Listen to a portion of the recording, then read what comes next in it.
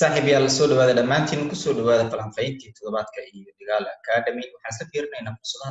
lacagaha ka muuqdo iyo qaabka markaan uga faa'iideysan lahayn sidoo kale midweek haddii aadan daawan falanqayntii aan soo gelinay arbacadii sidoo kale waxaad arkaysaa lacagihii dhammaan ay jihadoodii u wada dhaqaaqeen sidoo kalena fursado kale oo qurux badan in ay markaa siinayaan waxaan isla fiirinaynaa lacagahan oo aan shantan lacagood oo aan isla leenahay fursad ayaa markaa ka bannaan oo entry ayaad ka heli doontaan euro JPY CHF JPY NCD USD CAD JPY iyo USD CAD sidoo kale DXY isaguna waxa uu sameynayo ayaa waxay tahay in aan helno at least in double bottom kan uu soo dhameystiro corrective ahaantiisa uu sii socdo kadib in wax yar la push gareeyo ee uu soo daato balse haddii aan tagno 4 hour ka waan isla fiirino DXY waxa uu ku sugan yahay mar waliba waa qaabka aad forecasting ka u saaranayso waad u sameynayso waxa aad lacagta wajiga ay la imaanayso waa muhiim middle section kan hadii ay tahay wax diirada ku saaran oo qaab noocan oo kale taa uu trade link ugu yaalo ogow marka waxa uu baatanka ku sheegay waxay noqonayaan in meeshan laga taabto waa saddex mar in la soo taabto jihada kore inta uusan soo dhicin koor tan oo ka dhigan marka in aadan ku xisaabtamin lacagtii in ay correction kan middle section ka sii wadato inta ay buuxinayso double bottom ka tan oo ay tahay iyaduna wax markaa ka suurooba lacagtii oo aad ay tahay in aad ku sii hayso ayadoo weli structure-kii aanan ka dhex bixin ay double bottom ka qaabka u tegi kartaa intaysan buy garaynin ka hor sidaas darteed waxaan arkaynaa corrective in uu weji corrective weli ku sugan yahay DXY-ga waxaan fiirinaynaa lacagahan euro JPY sidoo kale euro USD waxaan arkaynaa iyaduna in aysan sawir qurxoon siinaynin mar waliba marka uu yahay trade-ku not valid trade waa waxaynan ku trade garaynaynin raylenkeenna meesha uu noo saaran yahay oo ah weekan dheer ee hayga tan waxay ka dhigan tahay in aan halkan helno qaab noocan oo kala ah haddii aan u helno marka waxay noqonaysaa invalid ayay noqonaysaa oo valid trade ayay noqonaysaa valid trade-ka oo ah marka inaan ka ganacsan karno aan jihada selka u soo aadi doono balse waa in uu ku siiyo message suuqa oo aadan halkan euro USD aadan ku trade garaynin buy iyo sell midna waa sababta marka loo baahan yahay inaad patient ka noqoto xaaladaas markay lacagta ku sugan tahay euro JPY ayaan tagaynaa ayadana waxaad arkaysaa haddii aad dib ugu laabato falanqayntii aan soo falanqaynay arbacadii waxaad arkaysaa qaabkii mar waliba euro JPY aan ka sugaynay iyo siday markaa xaaladeedu ahayd double top ka mar waliba oo la tago double top muhiim ma aha double top ayaa la tagay ama double bottom ee muhiimku waxay tahay price action ku qaab noocay ah ayuu u tagay double bottom kaas ama double top kaas diyan 1 hour ka tagno si aan si waadixa ugu aragno halkan waxaan arkaynaa sidoo kale in uu ka samaystay naqshada aad halkan ka raadinayso mar waliba indhahaadu waa inaysan ku ildoofin oo aad aragto message-ka markaas suuqa uu ku siinayo ogow haddii adigu trade AD marka lagu siinayo waa muhiim in qofka trade AD ku siinayo waxa uu ku sheegayo waa inaad fahmi karto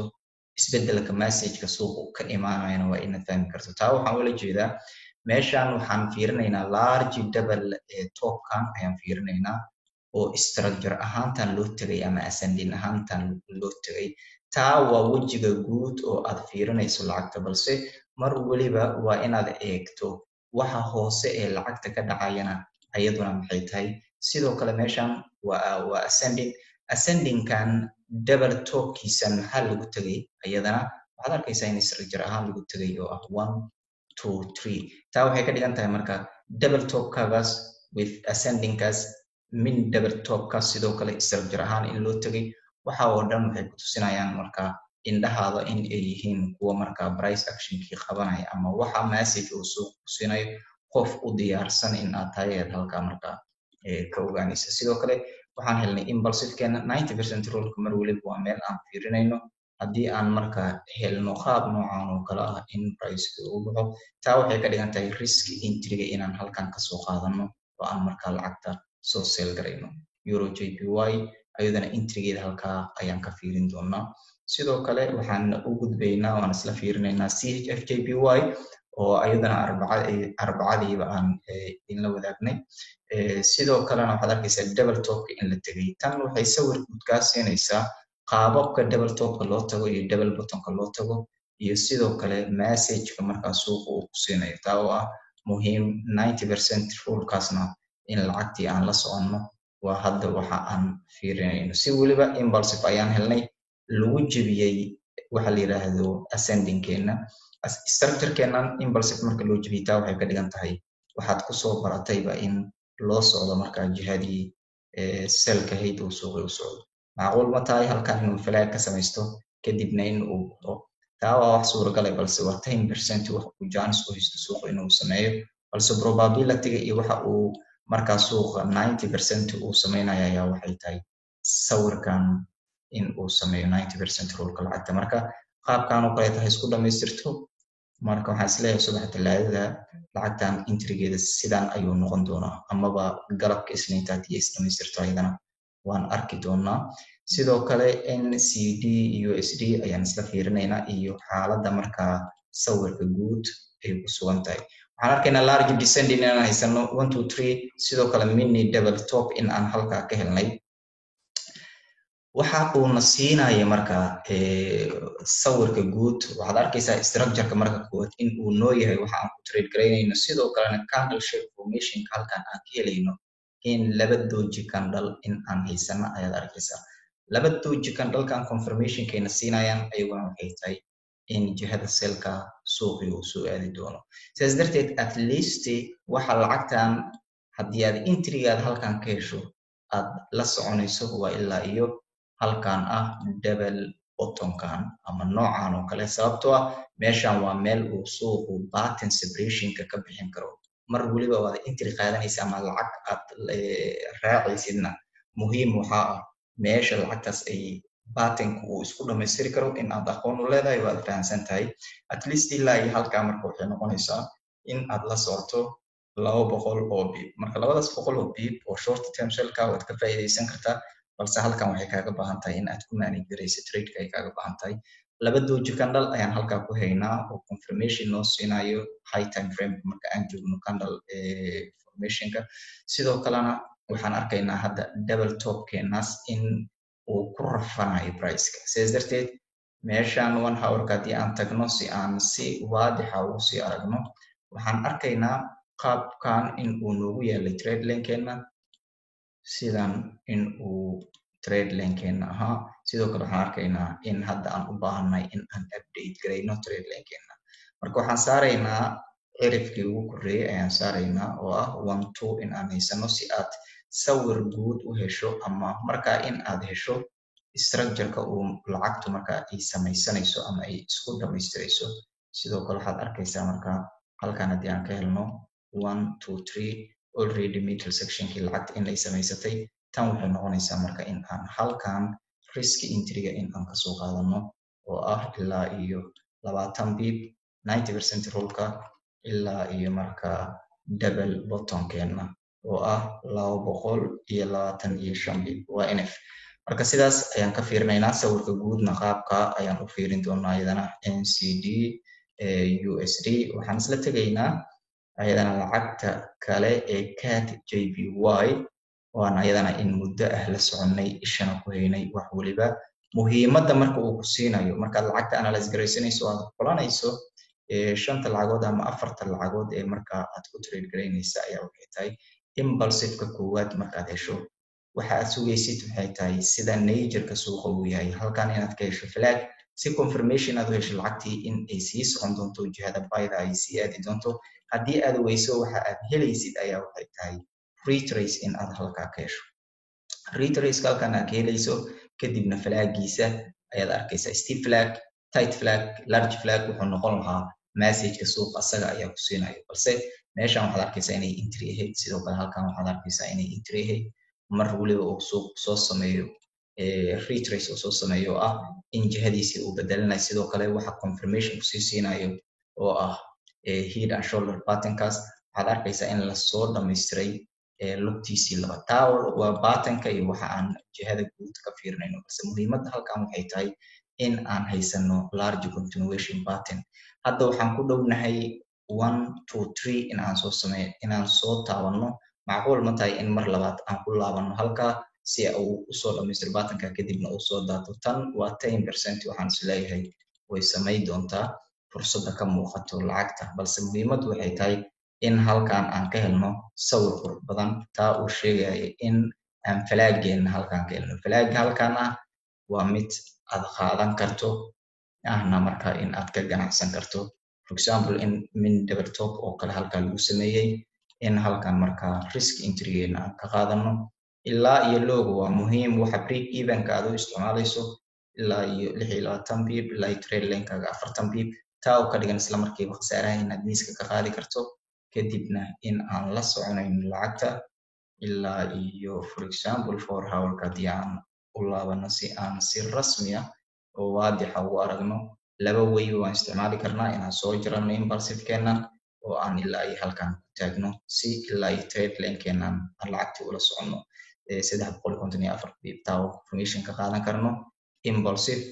correction impulsive inaan heli karno majorka marka anagoo ku dabaqayna iyo marka waxaa lacagta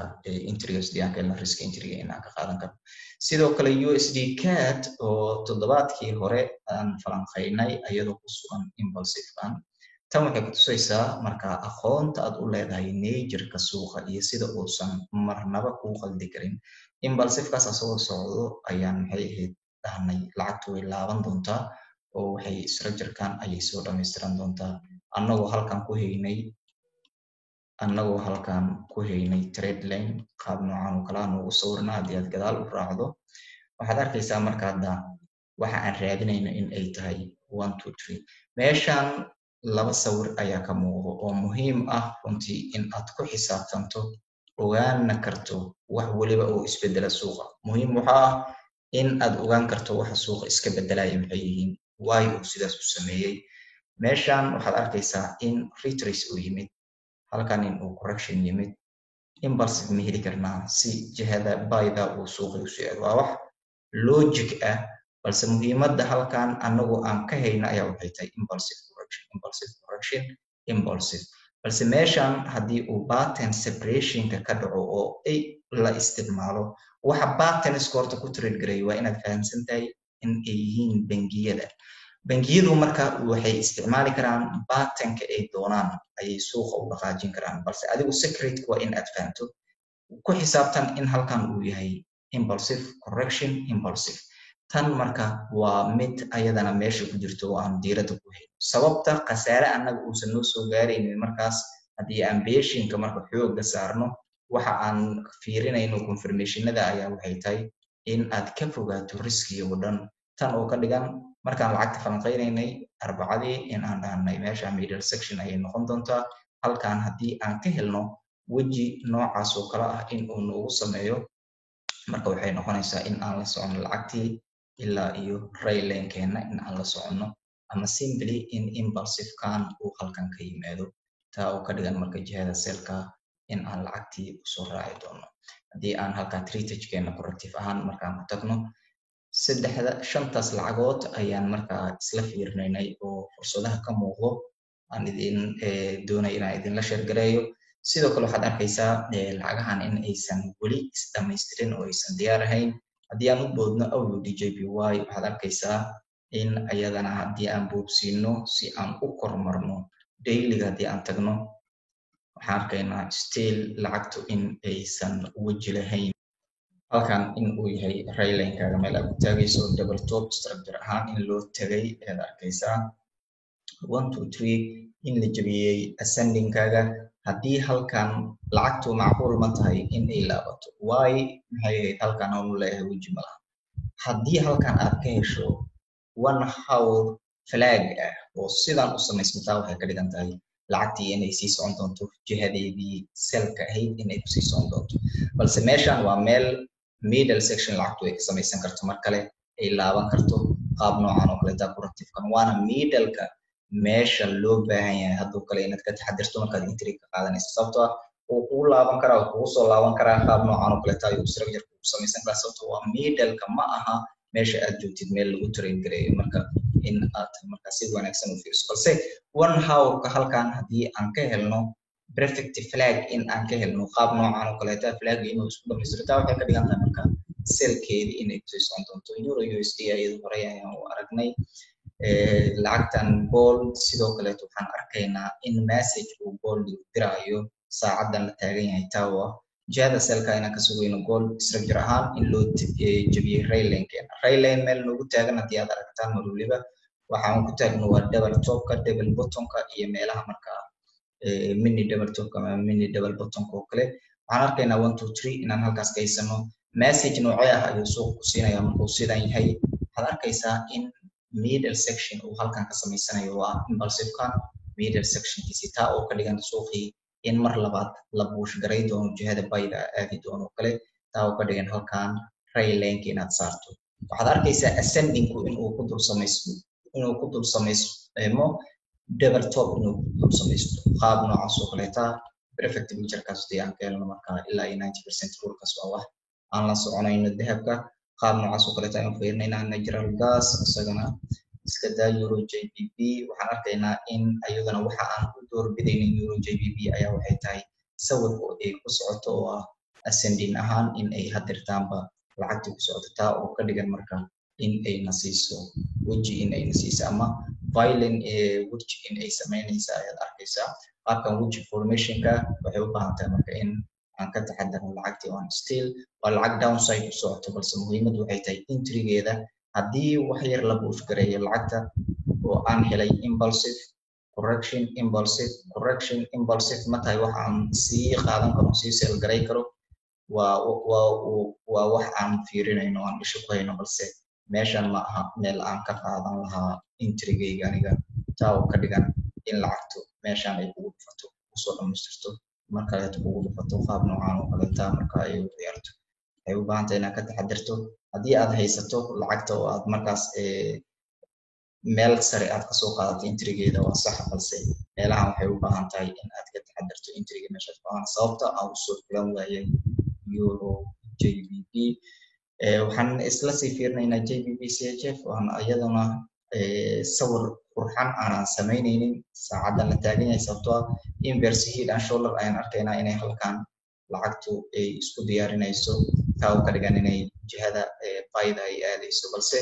muhiimadu waxay tahay qaab noocee ayaan intrigayga halkan ugu helaya taa oo ka dhigan halkan inaan haysan impulsive correction lacagtu haddii ay soo laabato halkan ay ka samaysato marka double